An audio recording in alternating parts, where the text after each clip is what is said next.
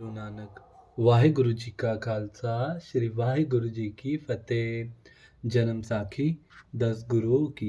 सूरज प्रकाश ग्रंथ साखी गुरु गोबिंद सिंह जी की। गुरु जी की बाल्यवस्था।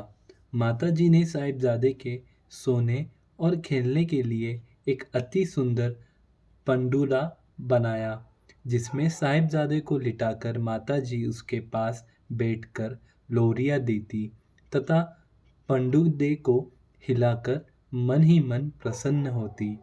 आप जी के हाथों के कड़े, पाँव के कड़े और कमरे की तड़ागी के घुंघरू खनकाते रहते थे। माता नानकी जी बालक गोविंद राय को स्नान कराकर सुंदर गहने कपड़े पहनाते और गडीरे से खेलता देखकर बहुत प्रसन्न होती। धन गुरु नानक। गंगा के चरण छूने। एक दिन जब माता कृपाल चंद आपको गोदी में लेकर अन्य बालकों के साथ गंगा नदी में नाव की सैर करा रहे थे, तो गंगा का पानी ऊपर ही ऊपर चढ़ता आए। माता जी तथा अन्य साथी बालक बहुत घबराए, परंतु गंगा का पानी आपके चरण स्पर्श करके तत्काल ही नीचे अपने ठिकाने चला गया। यह कौतुक देखकर सभी साथियों ने आपको पूर्ण पुरुष जानकर नमस्कार किया। धन गुरु गोबिंद सिंह जी महाराज। पानी भरने वालियों के घड़े तोड़ने। गुरु जी के आंगन में एक कुआं था, जिसका पानी अच्छा होने के कारण मोहल्ले की औरतें पानी के घड़े भरने वहां आती थी।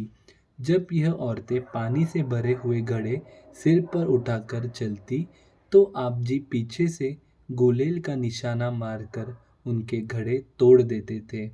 उनके रोज के उलाहनों को सुनकर जब माता जी आपको तोड़ते, तो आप हंसकर दौड़ जाते तथा बात को टाल देते।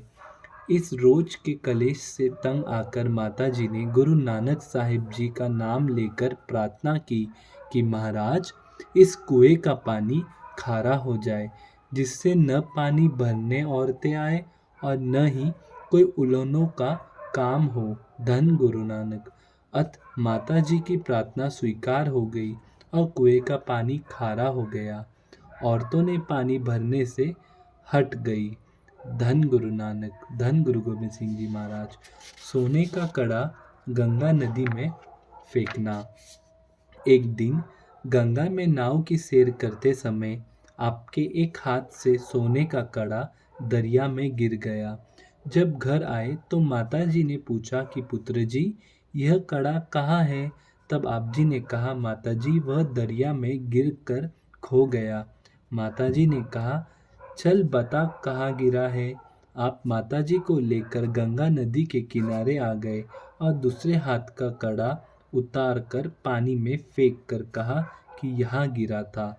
आपकी यह लापरवाही देखकर माता जी आपको लेकर घर आ गए। धन गुरु नानक।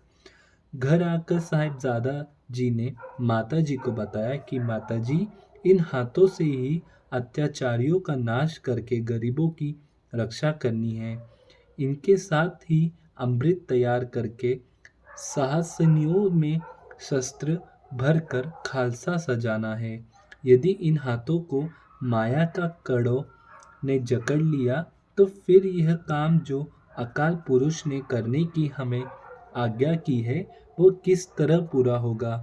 जुल्म को दूर करने के लिए इन हाथों को लोहे जैसे शक्तिशाली मजबूत करने के लिए लोहे का कड़ा पहनना उचित है।